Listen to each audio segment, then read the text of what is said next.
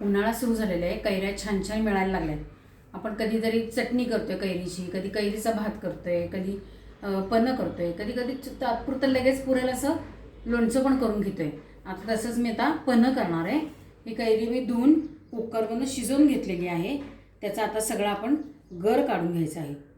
आणि त्याच्यासाठी आता लागणार आहे की नाही ते आपल्याला गूळ आणि थोडीशी मी साखर पण घालणार आहे बरं का.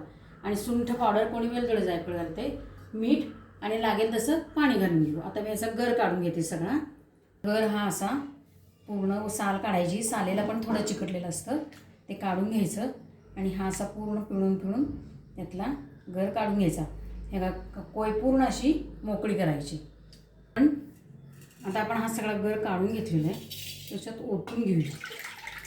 मी हाताने सगळा कुस्करला बरं का तो गर, त्याच्यामुळं काय होतं पाण्यात सगळा तो मिक्स होतो चांगला. आता त्याला लागणार आहे तेवढं आपण पाणी ओतून घ्यायचं. नंतर थोडं थोडं चवीने कळेल तसं ओतून घ्यावं लागतं. आता त्याच्यामध्ये मी गूळ घालते आणि थोडी साखर पण घालणार आहे आणि मीठ घालायचं आहे.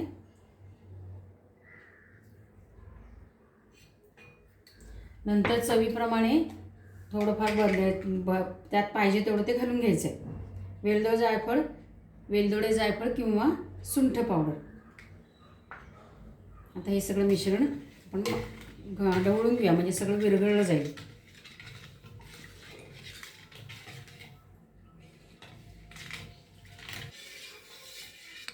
पन्ह करताना नातींची इतकी लगबग असते की नाही की त्यांना सारखं प्यावंसं वाटतं, कारण काहीतरी चांगलं लागतं ना. आणि तितक्या वर्षालाच प्यायचं असते ना ते, त्यामुळे तसं असते. त्यांच्यासाठी हे छोटे ग्लास मी आणून ठेवलेले आहेत. आणि त्या ग्लासमधनं त्यांना 3-4 ग्लास प्यायला दिले की साधारण 2 फुलपात्री होतात. भरपूर पिल्याचा त्यांना तो आनंदही मिळतो. त्यामुळे ते छोटेसे ग्लासमधनं नेहमी ह्या पितात. आता आपल्याला दाखवायचं आहे म्हटल्यावर मोठाच ग्लास दाखवला पाहिजे ना. मग आता मोठ्या ग्लासमधनं त्याच्यामध्ये मी आत्ता जेवढं टाकलेलं आहे ना ते प्रमाण बरोबर चांगलं झालेलं आहे. आता त्याच्यामध्ये आपण सुंठ किंवा वेलदोड्याची पावडर हे टाकले तरी चालते. या अशा पद्धतीने हे ह्याच्यात मुद्दामून मी जाडसर ठेवले बरं का, कारण ते मध्ये मध्ये खाल्लं की नाही की खूप छान लागतं. या अशा पद्धतीने पन्ह तयार झालेलं आहे.